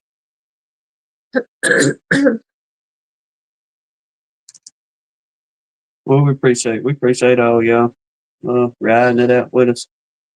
Yeah. Grab the honey jar.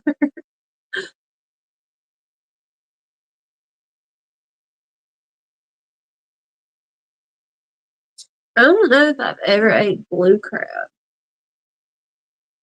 There's a good chance if you had it around here, or if you had, it was blue, because that's mostly what is pretty well out in the bay and in the mouth of the Gulf, or the mouth of the bay in the Gulf right there. Ain't nothing but them on blue crab. Yeah. Now, I've had the gator, but I've never ate a turtle. No, I know a lot of Louisiana people make like turtle soup and turtle sauce pecan. Mm-hmm. Frog legs. Frog legs are good. Yes. They really are.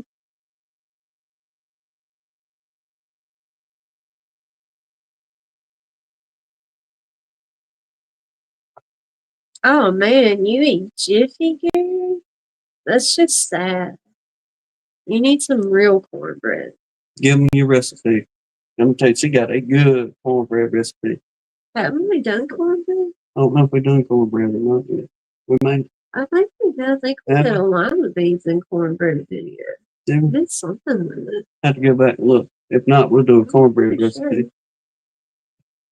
Because it is good. If you don't like how she does it, then you can doctor it up to your likings and this and that. It's so easy to make cornbread, y'all. It's so easy. The trick is getting that skillet hot, and then pouring your batter. She'll be in that kitchen. She'll have that skillet, pull that puppy out of that oven when she gets it hot, and have her bacon grease down in the bottom of that dude. And you'll hear it whenever she pours that batter into that cast iron. Sizzling, like it's cooking the crust instantly. And it's Jiffy ain't bad when you don't have a hand to make it better. Well, she was picking on her sister the other week about that, because her sister said she had made some Jiffy and kind of going back and forth with it. And she's trying to tell her, Abby, I'll give you a cornbread recipe if you want. And she's like, well, I just like that Jiffy cornbread. It's sweet and tastes good and this and that. And,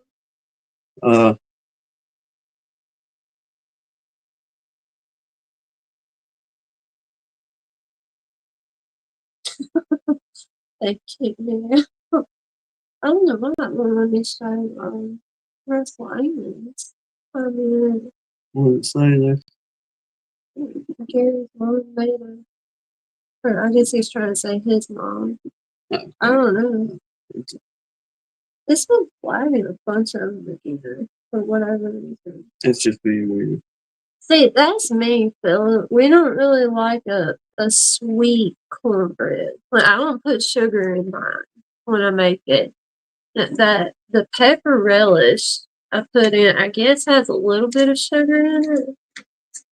I mean, it's got a little bit of a sweet taste, but it's more of a pepper relish taste to me. I don't know,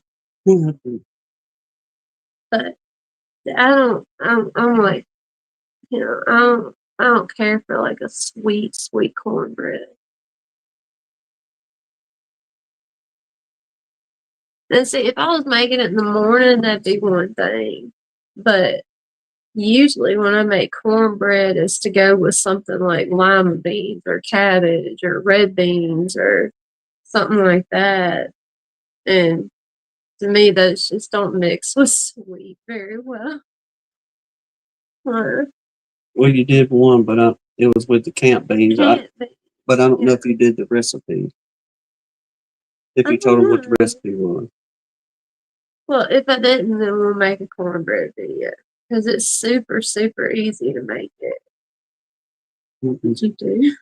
Smash the button. And you can doctor it up so many different ways.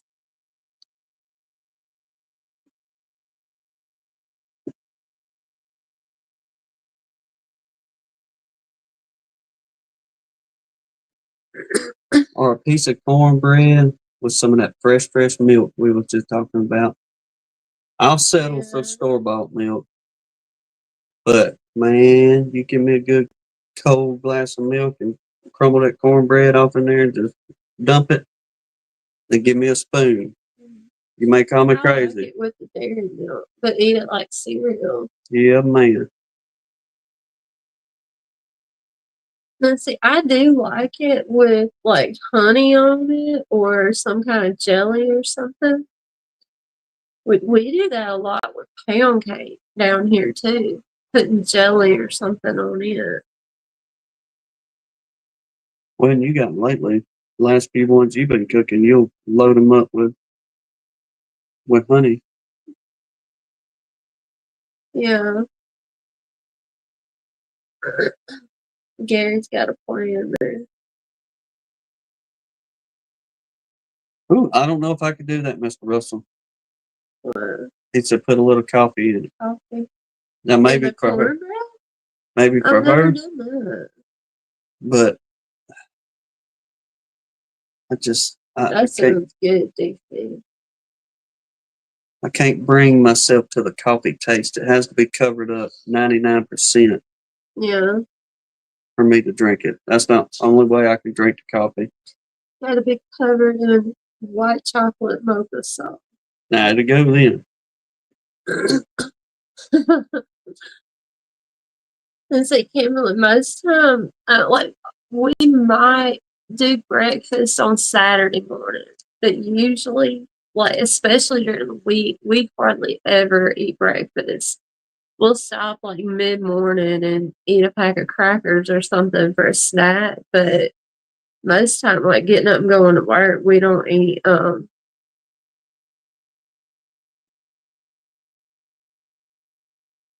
now Philip's talking. Mustard greens, hot liquor, and cornbread. That's my favorite. I can make an absolute feast of a meal off of turnips cooked with bacon, poured over cornbread. Oh my word. And see, I'll throw pepper jelly in on my greens and stuff. I'm not too much on the pepper salts, like the vinegar and stuff.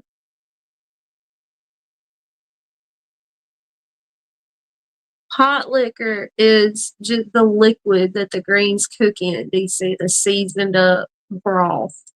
Yeah. Just in the South, they call it hot liquor.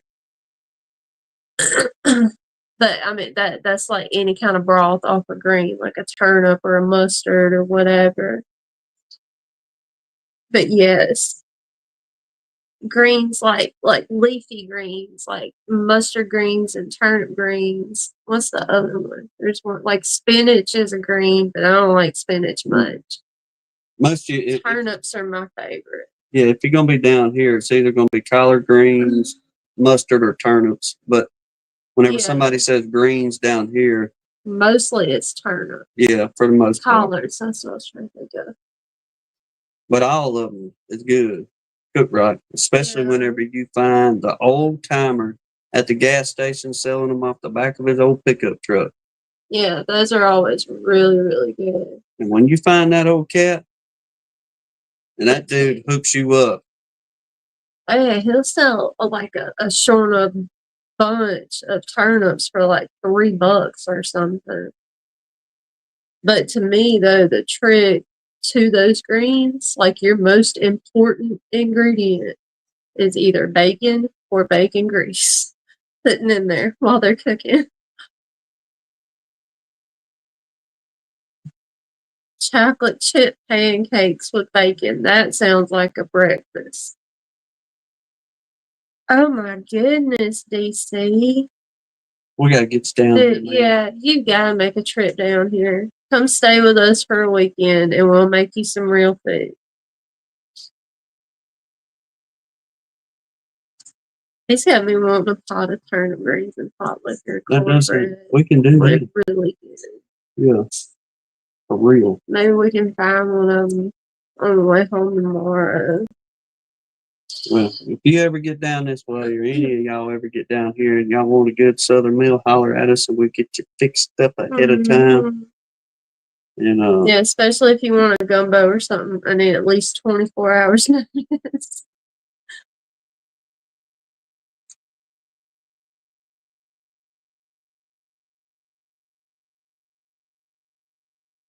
I've heard of people doing it with dandelions, but I've never done it. I'm with you, Rodney. Which me and you we've had that conversation before. And you do mechanic work for a living in a lot of ways, and I'd much rather be in an attic sweating my tail off than doing any kind of daggum vehicle work. I've been putting off there's a goose egg on one of these old tires on the truck, and I've been putting it off, and now she's finally leaking down to where I have to put air in it every single day. Twice a day. You've got to put air in it to get to work. Then we have to plug the compressor up on the job site and air it back up to get back home. We get home, but I'll drag it out. But Gary said greens are greens. What makes it good is the bacon and grease. That's it. A lot of people don't believe it, but that bacon grease, I'm telling you, it makes a massive, massive difference in a whole lot of dishes in the South. I mean, a lot of dishes. Yeah. Like, you better not try to make tomato gravy with any other kind of grease except bacon grease. So if y'all ain't saving your bacon grease, y'all do that now. So yeah. So y'all be making them show enough meals. Ah, Gary, I was telling him the other day about that. I've been watching another little cooking show. A lady in the mountains in Kentucky. She lives in northern Kentucky somewhere. And she showed that. But she made she called it kilt lettuce and made a cornbread and a cornmeal gravy to go with it. With the lettuce stuff? Yeah, what I was telling you about. That's what he said. Because some people called it wilted lettuce, some called it kilt lettuce, some called it dead lettuce. But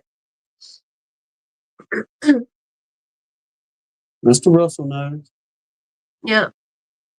Mason jars work for it too. But no, I've never tried it. I'm not gonna lie, I had to kind of crinkle my nose when she poured that hot grease over the lettuce. I was like, I don't know about that, but they swore by it. Yeah, DC, I do. I use a lot of like lard or bacon grease and stuff. Well, that's how Mama and them used to cook back then, and it always tasted 10 times better. Mm-hmm. Whatever she was frying up or doing, Yeah. using lard instead of any oil, and it just. Philip said I'm not a fan of wilted salad. I don't. I mean, I try it just to see because there have been some things where I try and I go, yeah, I don't know about that, but then get a bite of it and it's like, okay, this is pretty dang good. Yeah, that's exactly what she did, Gary. But they did, she put, and I mean, she made gravy just like normal, except instead of putting flour in the hot grease, she put cornmeal in and made a cornmeal gravy that they put all over the lettuce too. I was like, I don't know about that. I never even heard of a cornmeal gravy though. He said it's actually better the second day. Huh. I don't know. I might try it. I told her to test out the cornmeal gravy. Yeah. I thought about trying that just to see what it tastes like. My only fear is with the cornmeal gravy is that it may be too gritty for what I look at as gravy, I guess. Yeah. Mm-hmm. But it may cook on down to where it is just like a regular old brown gravy or white gravy, whatever you like cooking up. I don't know. I might get spunky and try it one day. We've been on a kick of doing breakfast for supper this week. Did biscuits and tomato gravy one night. Pancakes and sausage today. We did cereal a week or two ago. You got on a cereal kick. It was good. Mm-hmm.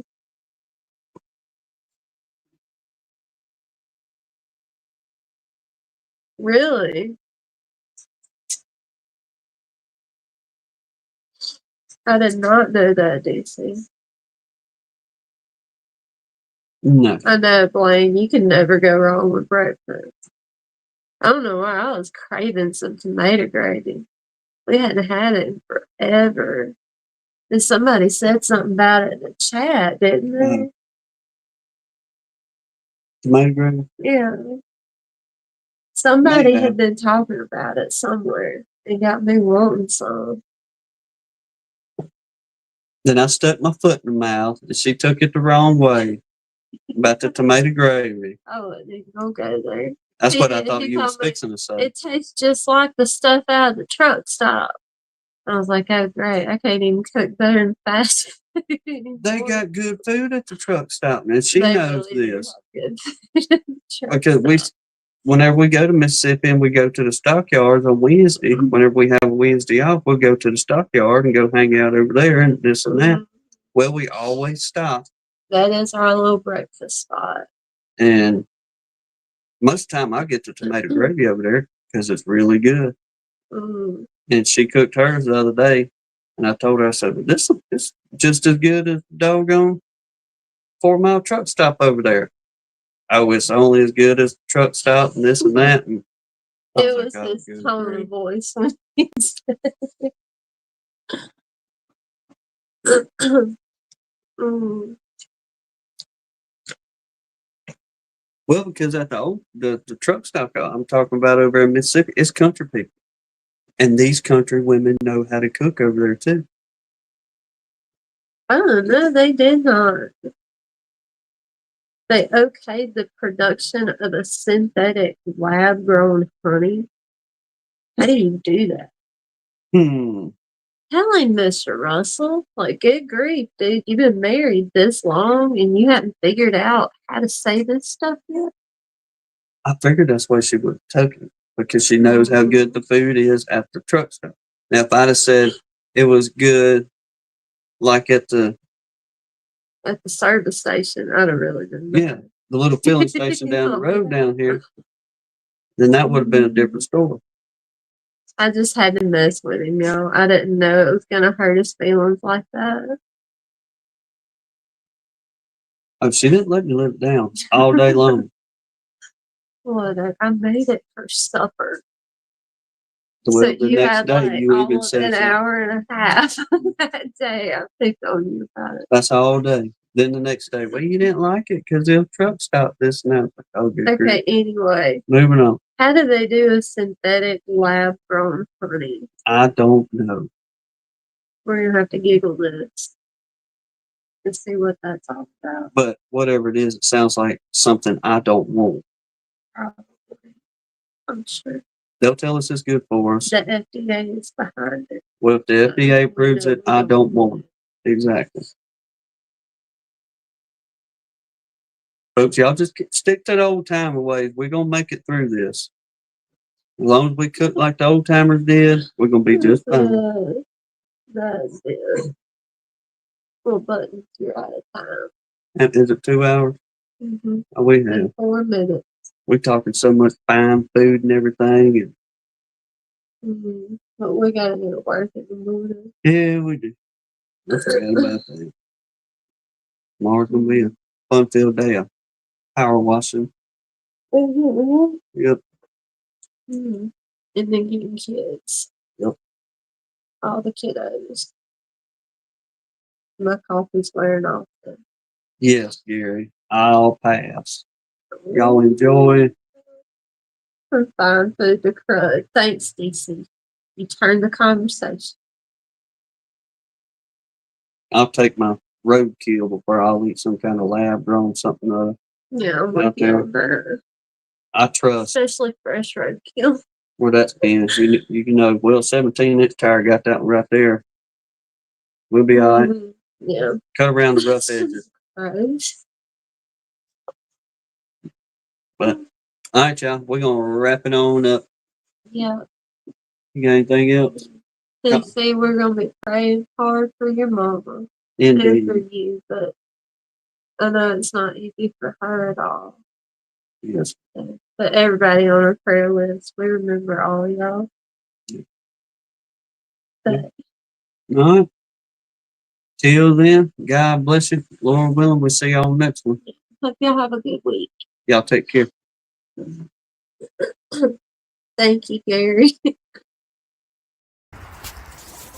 Well, guess that's it for today. See you next time at Gunline Bees.